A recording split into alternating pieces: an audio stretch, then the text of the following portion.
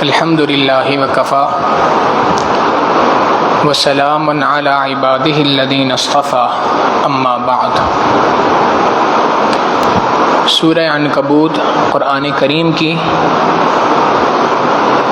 29ویں صورت ہے۔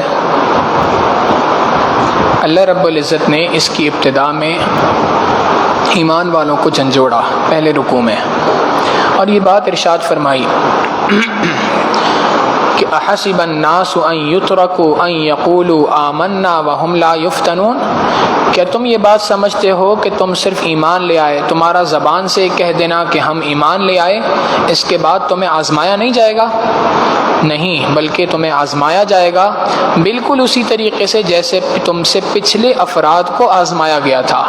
اور آزمانے کا مقصد کیا ہے؟ فَلَيَعْلَمَنَّ اللَّهُ الَّذِينَ صَدَقُوا وَلَيَعْلَمَنَّ الْكَاذِبِينَ، تاکہ اللہ تفریق کرنا چاہتا ہے، چھان پھٹک کرنا چاہتا ہے، الگ الگ کرنا چاہتا ہے کہ کون جھوٹا ہے اپنے وعدے میں اور کون سچا ہے۔ جب اللہ رب العزت کی وحدانیت کا اقرار کر لیا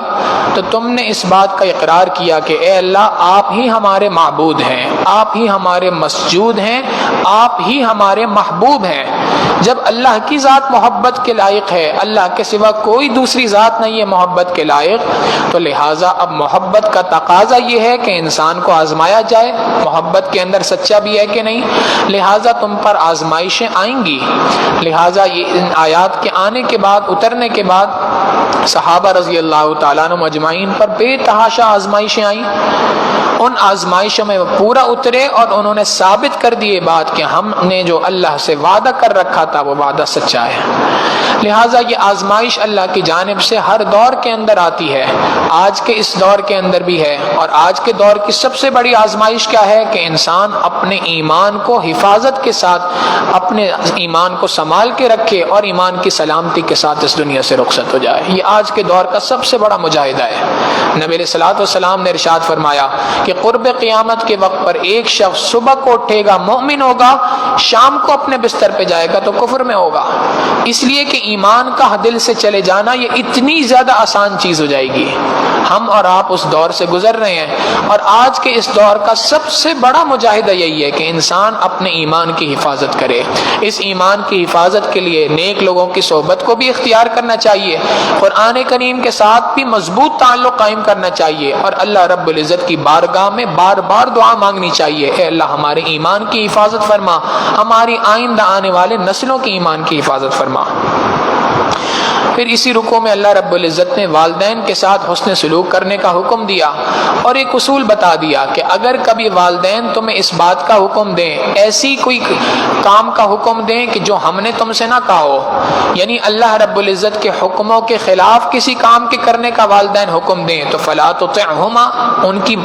کہنا نہ ماننا اس بارے میں۔ اللہ کے حکموں کے خلاف اگر والدین کا کوئی حکم آ جائے تو وہ حکم نہ ماننا، لیکن اگر اللہ کے حکموں کے خلاف کوئی حکم نہیں ہے، اب اس صورت میں والدین کی اطاعت و فرما برداری تم پر لازم ہے، فرض ہے۔ اللہ نے بار بار جگہ جگہ اس کو اپنی عبادت کے ساتھ، اب شرک کی نفی کے ساتھ والدین کی عبادت کو ذکر کیا۔ کیا معنی ہے؟ کہ جیسے حقوق اللہ کے اندر سب سے پہلا، سب سے بڑا حق یہ ہے کہ اللہ ہی کی عبادت کرنی ہے، کسی اور کی نہیں کرنی۔ حقوق العباد میں سب سے بڑا حق یہ ہے کہ والدین کی اطاعت و فرما برداری کرنی ہے، ان کی نافرمانی والی زندگی نہیں گزارنی۔ اور پھر اسی رکوع کے آخر میں مشرکین مکہ کے اعتراض تھا، وہ مسلمانوں کو کہا کرتے تھے کہ تم کیوں اس پیغمبر کی بات مان رہے ہو؟ اگر قیامت کے دن تمہیں کوئی گناہ ہوئے، کوئی سزائیں ملنے کی بات ہوئی، کوئی نامہ اعمال میں تمہارے گناہ لکھے گئے تو وہ گناہ ہم اپنے ذمے لے لیں گے، کیوں فکر کرتے ہو؟ اللہ رب العزت نے یہاں پہ یہ بات ارشاد فرما دی کہ دنیا کے اندر کوئی بھی شخص برائی کرے، اس کا بدلہ قیامت کے دن کسی اور کو ملے، ایسا نہیں ہوگا۔ ہاں، اگر کوئی شخص کسی دوسرے کو برائی کی طرف لے جانے والا ہے تو اس برائی کی طرف لے جانے پر ایک گناہ لے جانے والے کے لیے ہے، اور جس نے برائی کی ہے اس کا گناہ اس کے ذمے اپنی جگہ پہ ہے۔ یہ نہیں ہو سکتا کہ کوئی بندہ کسی دوسرے کی نیکیاں یا کسی دوسرے کی برائیاں اپنے ذمے لے لے۔ اور پھر آگے نبی علیہ الصلوۃ والسلام کو اور صحابہ رضی اللہ تعالیٰ عنہ مجمعین کو تسلی دینے کے لیے نوح علیہ الصلوۃ والسلام کا قصہ بیان کیا کہ دیکھو نوح علیہ السلام بھی تھے، فَلَبِثَ فِيهِمْ أَلْفَ سَنَةٍ إِلَّا 50 عاما، 950 سال انہوں نے دین کی دعوت دی، 950 سال اپنی قوم کے درمیان رہے اور انہوں نے دین کی دعوت دی، اور ان کی قوم نے ان کی نافرمانی کی، سرکشی اختیار کی اور ان کو بڑا ٹف ٹائم دیا۔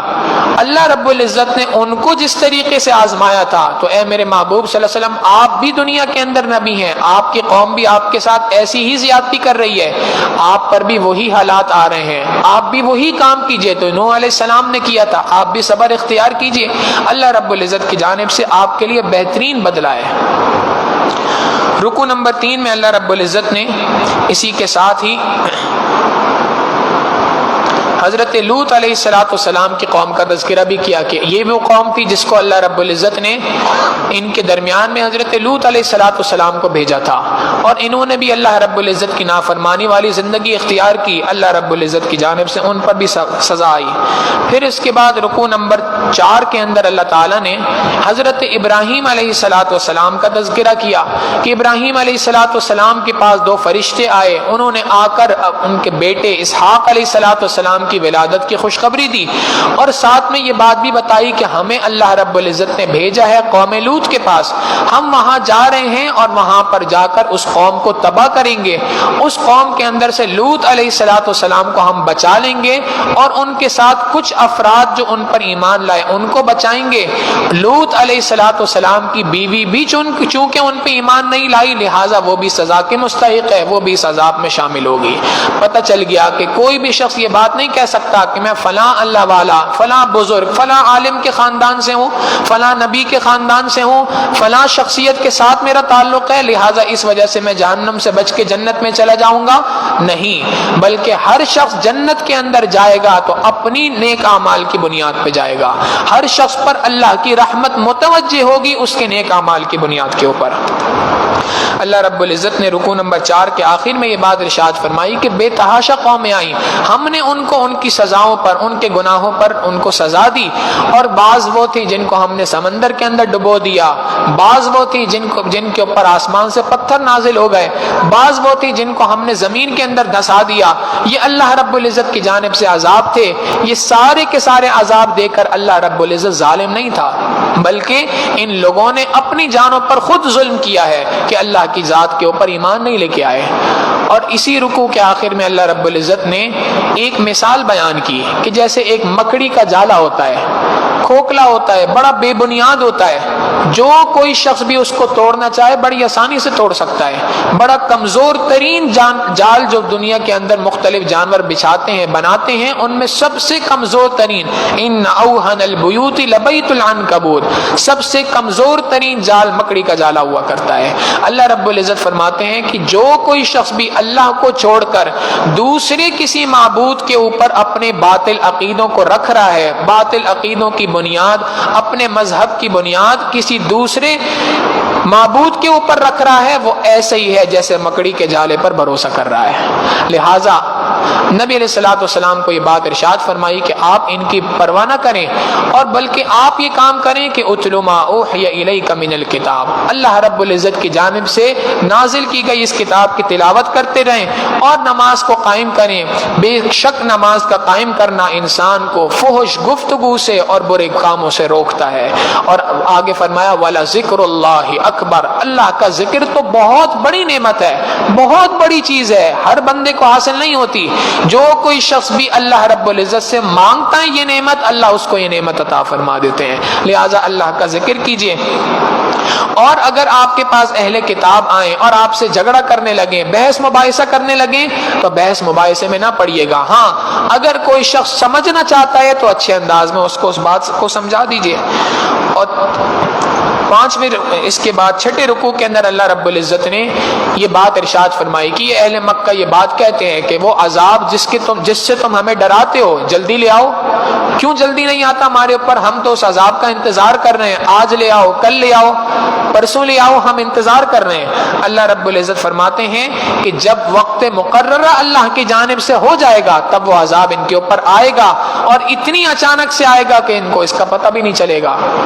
اور نبی علیہ الصلوۃ والسلام کو یہ بات اس کے ذریعے سے بتا دی، اللہ کے رسول صلی اللہ علیہ وسلم کو بھی اور صحابہ رضی اللہ تعالیٰ عنہ اجمعین کو بھی، کہ یہ کفار اگر آپ کو اتنا تنگ کر رہے ہیں تو یا عبادی الذین آمنوا ان ارضی واسعہ، میری زمین بہت وسیع ہے، تم جہاں کہیں بھی جاؤ میری عبادت کر سکتے ہو۔ یہ پہلا اشارہ تھا ہجرت کی جانب سفر کرنے کا،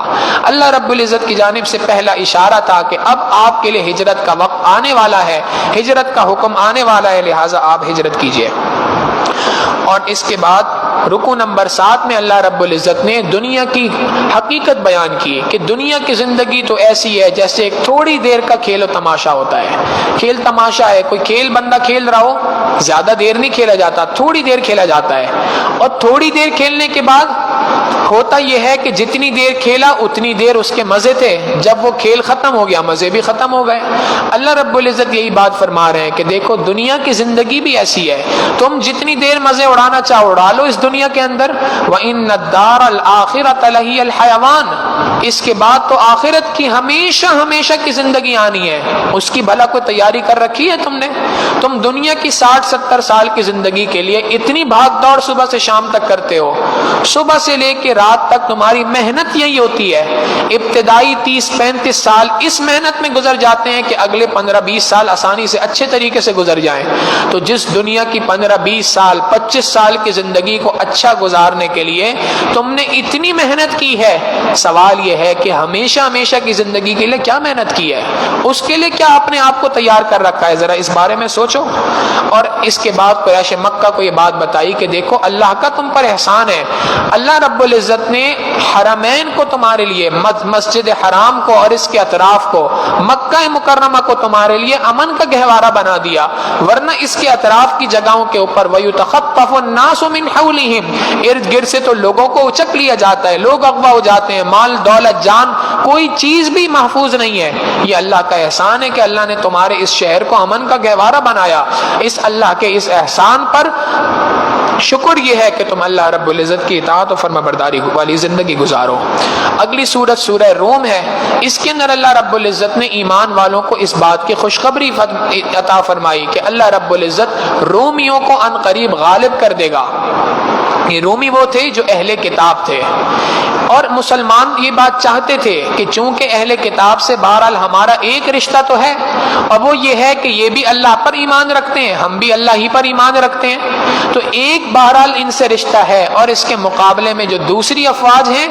وہ تو اللہ رب العزت کو مانتی نہیں ہے، بلکہ وہ تو سارے کے ساری آگ کی پوجا کرنے والے ہیں۔ تو جو آگ کی پوجا کرنے والے اہل فارس ہیں، جس کو آج کے زمانے میں ایران کہا جاتا ہے، اس زمانے کا اہل فارس تھا،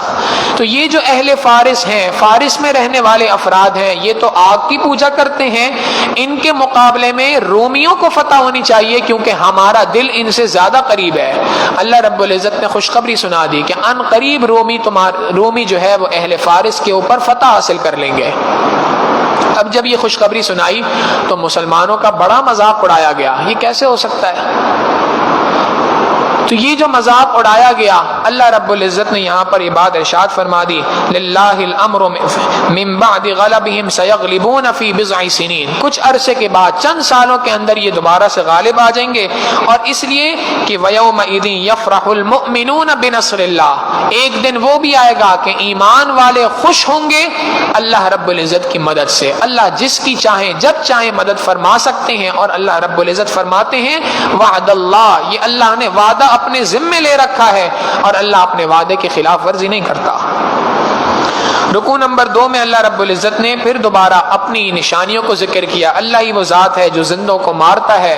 اور مردوں کو زندہ کرتا ہے، اللہ ہی وہ ذات ہے جو زندوں سے مردہ چیز کو نکالتا ہے۔ علماء نے اس کی تشریح کے اندر لکھا جیسے مرغی ایک جاندار چیز ہے، اس سے اللہ نے ایک بے جان انڈے کو نکالا، یہ اللہ رب العزت کی قدرت ہے کہ ایک جاندار چیز سے ایک بے جان چیز کو نکالا۔ وَيُخْرِجُ الْمَيِّتَ مِنَ الْحَيِّ، اور ایک بے جان چیز سے ایک جاندار چیز کو نکالنے نکالنے والی یہ بھی اللہ کی ذات ہے. ایک انڈا ہے وہ ایک بے جان چیز تھی, اللہ نے اس انڈے سے ایک چوزے کو نکال دیا جو جاندار چیز ہے. یہ اللہ رب العزت کی ذات ہے جس نے سارے کے ساری کائنات کے اندر یہ سارے کام چلائے ہیں. اللہ کی نشانیوں میں سے ایک نشانی ہے کہ اس نے تمہیں مٹی سے پیدا کیا. اللہ کی نشانیوں میں سے ایک نشانی ہے کہ اللہ نے تمہیں جوڑوں کی صورت میں دنیا میں پیدا کیا, لتسکنوا الیہا, تاکہ تم اپنی ازواج کے ذریعے سے, بیویوں کے ذریعے سے, اپنے جوڑے کے ذریعے سے سکون حاصل کر سکو. اللہ کی نشانیوں میں سے ایک ہے کہ اللہ نے میاں بیوی کے اس رشتے کے اندر آپس میں الفت و محبت کو پیدا کیا.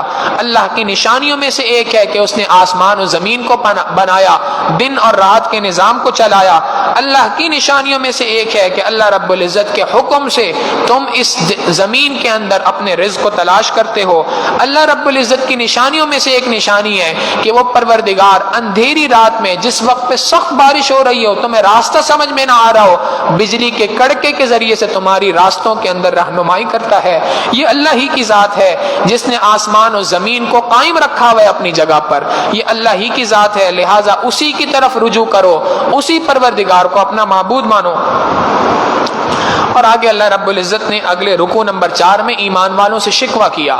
کہ جب تمہیں کوئی تکلیف پہنچتی ہے منیبین الیہ, اللہ کی جانب رجوع کرتے ہو, اور جب ہم تمہیں اپنی رحمت کا کوئی مزہ چکھا دیتے ہیں, خوش و خرم زندگی گزار رہے ہوتے ہو, تو پھر ہم سے ہی منہ پھیر لیتے ہو,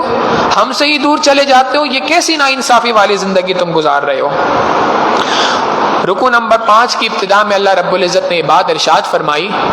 کہ دنیا کے اندر جہاں کہیں فساد پھیل رہا ہے, دنیا میں جہاں کہیں بد امنی کی زندگی گزر رہی ہے, بما کسبت ایدی الناس, لوگوں کی اپنے ہاتھ کی کمائی ہوئی ہے, اپنی بدعمالیوں کی وجہ ہے, اللہ رب العزت نے دنیا کے حالات کو تمہارے مخالف کر دیا. لہٰذا اگر تم اللہ رب العزت کی فرما برداری والی زندگی گزارو گے تو اللہ رب العزت دنیا کے حالات کو تمہارے موافق کر دے گا. اللہ رب العزت تمہاری تدبیر کے مطابق تمہاری تدبیر بنا دے گا. خودی کو کر بلند اتنا کہ ہر تقدیر سے پہلے خدا بندے سے پوچھے بتا تیری رضا کیا ہے. انسان کی اللہ رب العزت رضا کے مطابق اس کے لیے فیصلے پھر فرما دیتے ہیں جب بندہ اللہ رب العزت کی اطاعت و فرما برداری والی زندگی گزارتا ہے.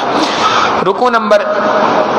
6 میں اللہ رب العزت پھر اپنی نشانیاں ذکر کرتے ہیں کہ اللہ ہی کی ذات ہے جس نے تمہیں کمزوری کی حالت میں پیدا کیا تھا. بچہ جب پیدا ہوتا ہے انتہائی کمزور ہے, اللہ نے کمزوری کی حالت میں پیدا کیا, پھر تمہیں طاقت عطا کی, اور اس طاقت کے بعد بڑھاپے کے اندر دوبارہ کمزوری عطا کی. یہ اللہ رب العزت ہی کی ذات ہے جو تم پہ احوال کو بدل رہی ہے. اب بھلا جو ذات تمہیں کمزوری سے طاقت میں لے جا سکتی ہے, طاقت سے بڑھاپے میں کمزوری میں لے جا سکتی ہے, وہ تمہیں موت دے کے دوبارہ زندہ نہیں کر سکتی کیا؟ یہ کیسی ناانصافی ہے کہ تم اس ذات کے پر ایمان لانے سے اپنے آپ کو دور کر رہے ہو اور اس ذات کے اوپر ایمان لانے کو جھٹلا رہے ہو. اللہ رب العزت اس سورت کے آخر میں نبی علیہ الصلوۃ والسلام کو ارشاد فرماتے ہیں کہ آپ صبر کیجئے, ان وعد اللہ حق, اللہ کا وعدہ سچا ہے. اللہ نے وعدہ کر رکھا ہے کہ ایمان والوں کی مدد کرے گا, لہٰذا اللہ رب العزت مدد فرمائیں گے. اگلی سورت سورہ لقمان ہے. سورہ لقمان کے اندر اللہ رب العزت نے ابتدا کے اندر تو اپنی نشانیوں کو ذکر کیا کہ اللہ ہی وہ ذات ہے جس نے آسمان کو بغیر ستونوں کے پیدا کیا, اللہ ہی وہ ذات ہے جس نے تمام کی تمام مخلوقات کو پیدا کیا. یہ ساری نشانیاں ذکر کی ہیں. اور رکوع نمبر 2 میں حضرت لقمان علیہ الصلوۃ والسلام کی نصیحت کو اللہ رب العزت نے ذکر کیا. یہ ایک بہت حکیم آدمی تھے. اللہ رب العزت نے ان کے دل کے اوپر حکمتوں کے بصیرت کے موتی بہا دیے تھے, چنانچہ انہوں نے بڑی حکمت والی نصیحتیں کی ہیں. بعض نصیحتیں اللہ رب العزت نے قرآن کریم میں ذکر کی ہیں اور بعض نصیحتیں بہرحال مختلف کتابوں میں موجود ہیں. پہلی نصیحت انہوں نے اپنے بیٹے کو بعض نصیحتیں کی. سب سے پہلی نصیحت یہ کی کہ اے میرے بیٹے, اللہ کے ساتھ کسی کو شریک نہ کرنا, بے شک کہ شرک کرنا سب سے بڑا ظلم ہے اس کائنات کا. دوسری نصیحت فرمائی کہ اے میرے بیٹے, انہا ان تک مثقال حبۃ من خردل, اگر کہیں پر بھی کسی چٹان کے اوپر کوئی چھوٹا سا بھی ذرہ موجود ہو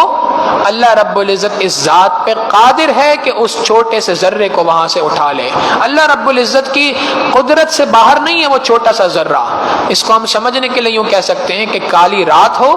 کالا پہاڑ ہو اور اس پر کالی چونٹی چل رہی ہو, اللہ رب العزت کی ذات وہ ذات ہے جو اس چونٹی کو بھی دیکھتی ہے, اور اس چونٹی کے بھی ایک ایک عمل کی اللہ رب العزت کو خبر ہے. لہٰذا اے میرے بیٹے, کہیں ایسا نہ ہو کہ تم کسی وقت پہ یہ سوچو کہ اللہ مجھ سے غافل ہو گیا, کہیں ایسا نہ ہو کہ تم گناہوں میں زندگی گزارو یہ سوچ کے کہ شاید اللہ مجھے یہاں نہ دیکھ رہا ہو. نہیں, اللہ رب العزت کی ذات تمہیں ہر جگہ پہ دیکھ رہی ہے, اور اللہ رب العزت کے سامنے تم چھوٹا سا بھی عمل کرو گے اللہ اس کو قیامت کے دن لے آئے گا. اور تیسری نصیحت فرمائی کہ اے میرے بیٹے, نماز کو قائم کرو اور لوگوں کو نیکی کا حکم دو, برائی سے لوگوں کو روکو, اور جب تم یہ نیکی کا حکم دو گے, برائی سے روکو گے, تو تمہارے اوپر سخت آزمائشیں آئیں گی. وَاصْبِرْ عَلَىٰ مَا أَصَابَكَ, اس کے اندر صبر اختیار کرنا. اور آخری بات فرمائی وَلَا تُصَعِّرْ خَدَّكَ لِلنَّاسِ, لوگوں سے بات کرتے ہوئے اپنے گال کو پھلانا نہیں, یعنی غصے میں بات نہ کرنا, تکبر کے اندر بات نہ کرنا, زمین پر چلتے ہوئے نرمی کے ساتھ چلنا, اکڑ کے نہ چلنا, اور اپنی چال کے درمیان میانہ روی اختیار کرنا, اور چلتے ہوئے اپنی نگاہوں کو نیچے رکھنا, اپنی آواز کو پست رکھنا. یاد رکھو بلند آواز تو گدھے کی آواز ہوا کرتی ہے, اور اللہ کو گدھے کی آواز پسند نہیں ہے.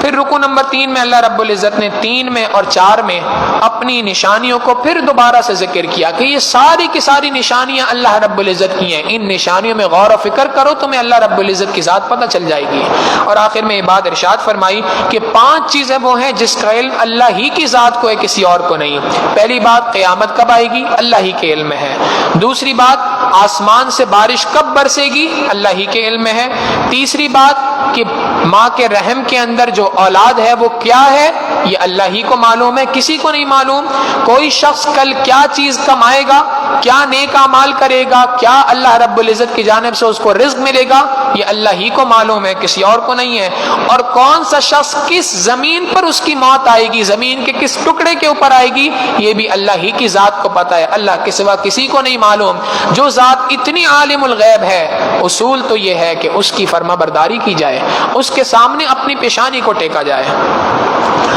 اگلی سورت سورہ سجدہ ہے, قرآن کریم کی سورت نمبر 32 ہے. اللہ رب العزت اس میں پھر اپنی نشانیوں کو تفصیل کے ساتھ ذکر فرماتے ہیں اور ایمان والوں کی نشانی بیان کی. تتجافا جنوبہم عن المضاجع, اللہ کے نیک بندے وہ ہیں رات کو ان کے پہلو بستر سے جدا ہو جایا کرتے ہیں, بستر ان کو رات کو اچھال دیا کرتا ہے, اپنی جگہ سے اٹھتے ہیں اور رات کو اللہ رب العزت کے سامنے خوب فریاد کرتے ہیں, اللہ کے سامنے روتے ہیں, اپنے آنسو بہاتے ہیں. اور نتیجہ یہ نکلتا ہے کہ اس رات کو اللہ کے سامنے اس طریقے سے ہاتھ اٹھاتے ہیں, اللہ رب العزت دن میں مخلوق کے سامنے ان کو ہاتھ اٹھانے سے روک دیا کرتا ہے. اور اللہ رب العزت نے جو رزق ان کو عطا کیا ہے اس میں سے یہ خرچ کرتے ہیں. یہ اللہ رب العزت کی جانب سے نیک افراد ہیں, اللہ رب العزت نے ان کا ٹھکانہ جنت رکھا ہے. اور ان کے مقابلے میں جو لوگ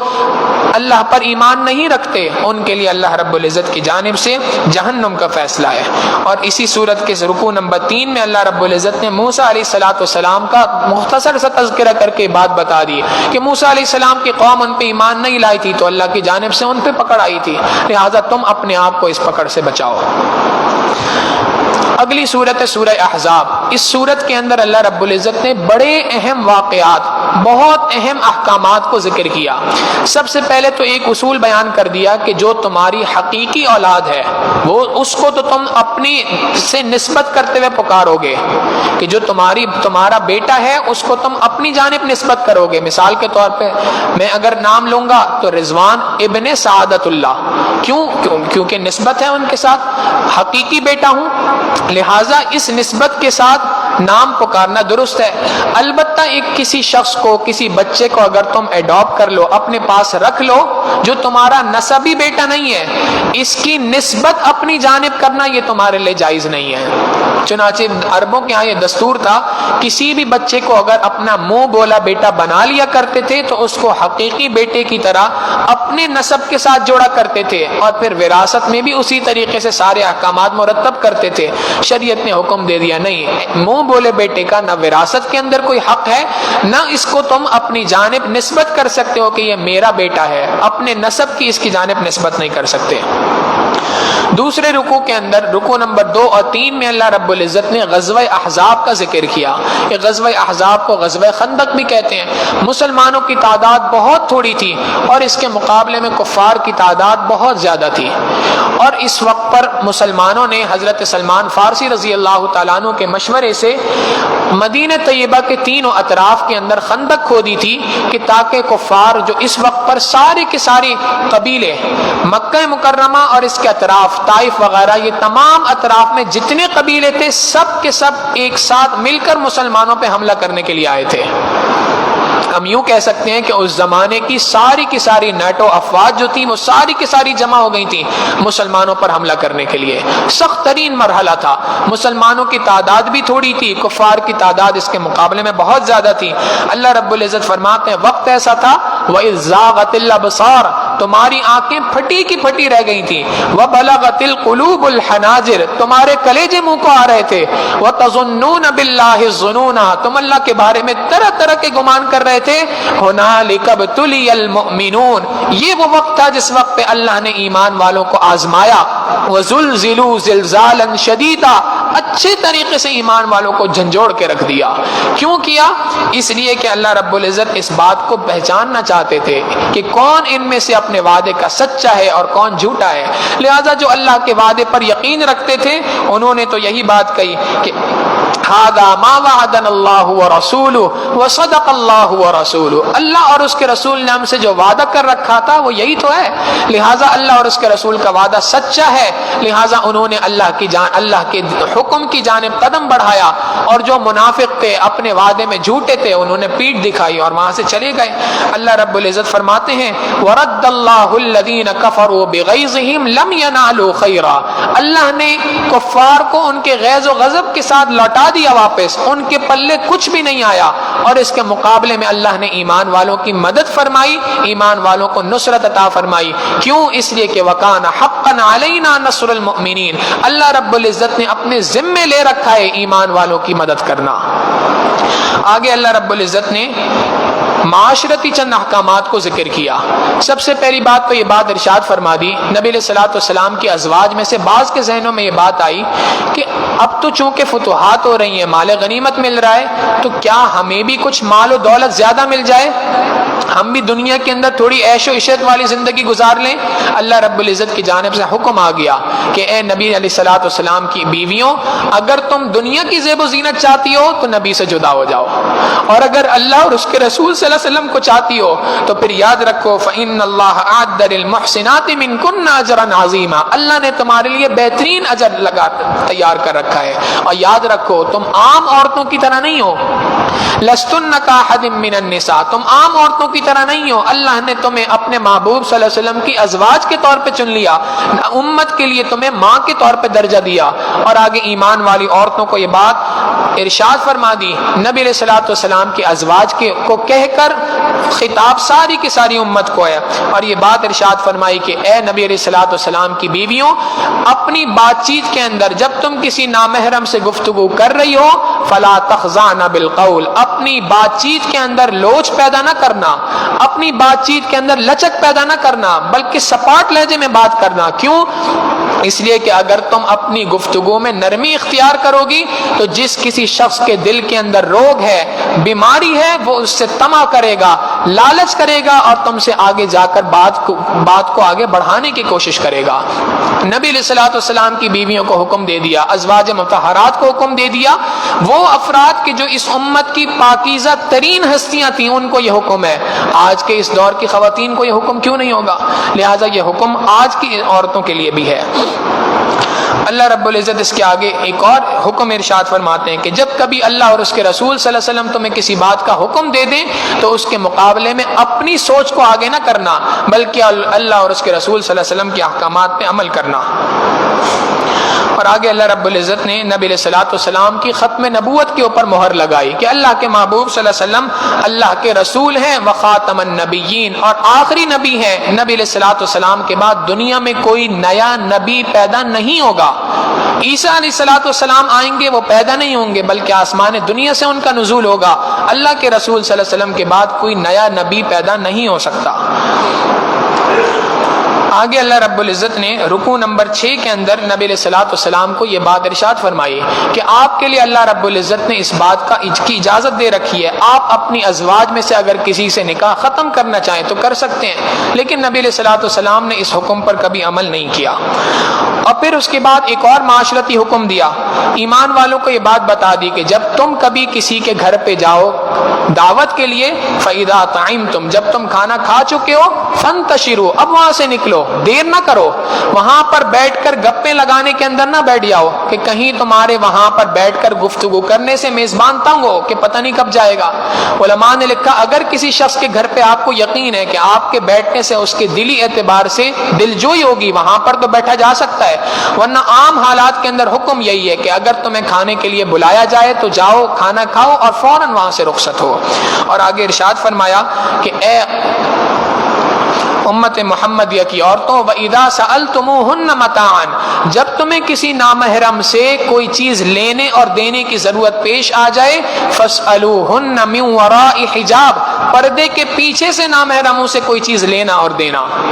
واضح حکم ہے چہرے کے پردے کا کہ جب پردے کے پیچھے رہنا ہے، پردے کے سامنے نہیں آنا، تو واضح حکم ہے اس بات کا کہ تم نے اپنے چہرے کو بھی چھپانا ہے، اپنے بدن کو بھی چھپانا ہے۔ آج بعض لوگوں کو دھوکہ لگا کہ شاید قرآن کریم کے اندر کہیں پر بھی چہرے کے پردے کا عورتوں کے ذکر نہیں ہے، واضح احکامات ہیں۔ اگلے رکوع میں اللہ رب العزت فرما رہے ہیں اب اے نبی علیہ الصلوۃ والسلام اپنی ازواج سے، اپنی بیٹیوں سے اور عام مومن عورتوں سے یہ بات کہہ دیجئے، یدنین علیہن من جلابیبہن، اپنے اوپر ایک بڑی سی چادر ڈال لیں۔ ابن عباس رضی اللہ تعالیٰ عنہ فرماتے ہیں کہ یہ جو بڑی سی چادر ارشاد فرمائی ہے، یہ عربوں کا اس زمانے کا دستور تھا کہ وہ ایک ایسی چادر کو اڑا کرتی تھیں عورتیں کہ جس سے صرف ایک آنکھ نظر آیا کرتی تھی، باقی پورا کا پورا چہرہ اور پورا کا پورا جسم چھپ جایا کرتا تھا۔ تو واضح احکامات ہیں پردے کے جو اللہ رب العزت نے اس صورت کے اندر دیے۔ اور آخر میں ارشاد فرمایا اے ایمان والوں، جس طریقے سے موسیٰ علیہ السلام کو ان کے ساتھیوں نے تکلیف پہنچائی تھی، تم اللہ کے محبوب صلی اللہ علیہ وسلم کو ایسے تکلیفیں نہ پہنچاؤ، بلکہ اللہ کے رسول صلی اللہ علیہ وسلم کی ساتھ تم سیدھی گفتگو کرو، اتقوا اللہ، اللہ سے ڈرو، وقولوا قولا سدیدا، ٹھیک ٹھیک بات کرو۔ جب تم اپنی زبان کے اعتبار سے، اپنے دل کے اعتبار سے اپنے آپ کو درست کر لو گے، اللہ تمہارے اعمال کو سنوار دے گا اور تمہیں کامیاب زندگی گزارنے کی توفیق عطا فرمائے گا۔ اور آخر میں بات ارشاد فرمائی کہ بے شک ہم نے اس قرآن کریم کو ایک بھاری امانت بنایا اور اس امانت کو ہم نے پیش کیا زمین کے سامنے، پہاڑوں کے سامنے، فَأَبَيْنَ أَن يَحْمِلْنَهَا، انہوں نے اس